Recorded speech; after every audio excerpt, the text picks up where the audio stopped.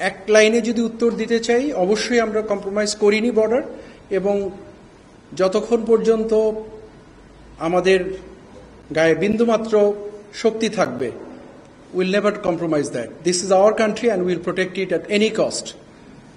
এটা আপনার দেশ, এটা আমার দেশ। এই দেশের সার্বভৌমত্ব বিনষ্ট হতে পারে কোনো একটা সম্প্রদায়ের মাধ্যমে, এটা কখনোই হবে না। এটুকু আপনার উত্তর বলতে পারি। আর যদি আরেকটু গভীরে যাই যে আরসা অস্ত্র নিয়ে আসছে, মুভমেন্ট করছে, সে ব্যাপারে অবস্থান কি? দেখুন, বাংলাদেশ মিয়ানমার বর্ডার একটা অত্যন্ত জটিল পরিস্থিতির মুখে আছে এখন। এখানে কোনো মিয়ানমারের যে সরকার, যেটা আমরা বলি, যেটা তাদের সেই সরকারের অস্তিত্ব বিলীনের পথে। আরাকান আর্মি রাখাইন স্টেটটা অলমোস্ট দখল করে নিয়েছে, 85 থেকে 90% দখল করে নিয়েছে, কিছু জায়গা বাদে। সো এখানে, এবং আরাকান আর্মিও তো একটা অথরাইজ সংগঠন নয়। সো এই জায়গাটাতে না আছে কোনো সরকারের অস্তিত্ব সেভাবে, না আছে আরাকান আর্মিকে স্বীকৃতি দেওয়ার মতো কোনো একটা অবস্থা। সো অল টুগেদার এই মুহূর্তে বাংলাদেশ মিয়ানমারের যে বর্ডার পরিস্থিতি, নিঃসন্দেহে এটা যে কোনো সময়ের তুলনায় সংবেদনশীল। তো সেক্ষেত্রে এই ধরনের কিছু আর্মড গ্রুপের মুভমেন্ট হওয়াটা অস্বাভাবিক কিছু নয়। বাট তার মানে এই নয় যে এটাকে আমরা স্বীকৃতি দিব, বা এটাকে আমরা দেখেও না দেখার ভান করবো, বা এটার ব্যাপারে আমরা পদক্ষেপ গ্রহণ করব না। এই ধরনের ভোলাটেল একটা পরিস্থিতি, এরকম মুভমেন্ট হতেই পারে।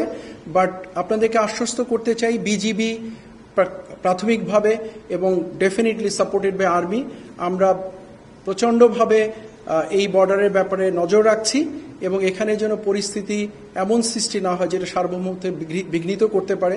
আমরা ওয়াকিবহাল আছি, কাজ করছি। আমরা প্রতিনিয়তই সরকারের সাথেই কাজ করছি, সরকারের নির্দেশনা মেনেই কাজ করছি।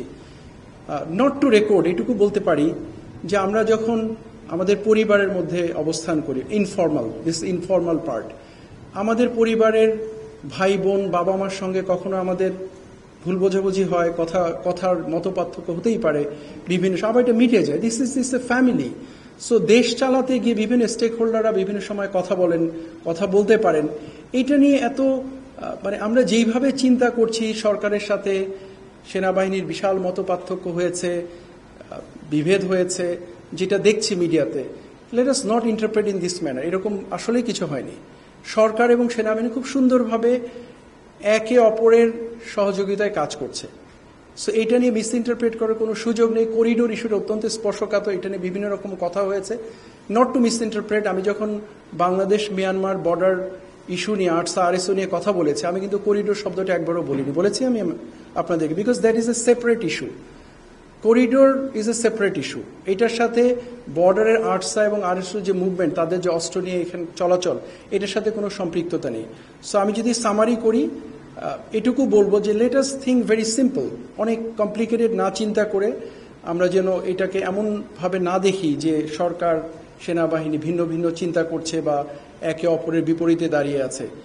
এটা কখনোই নয়। সংস্কার সেনাবাহিনী একই সাথে কাজ করছে, এবং ভবিষ্যতেও আমরা আরও সুন্দরভাবে কাজ করে যাব বলে দৃঢ়ভাবে বিশ্বাস করি।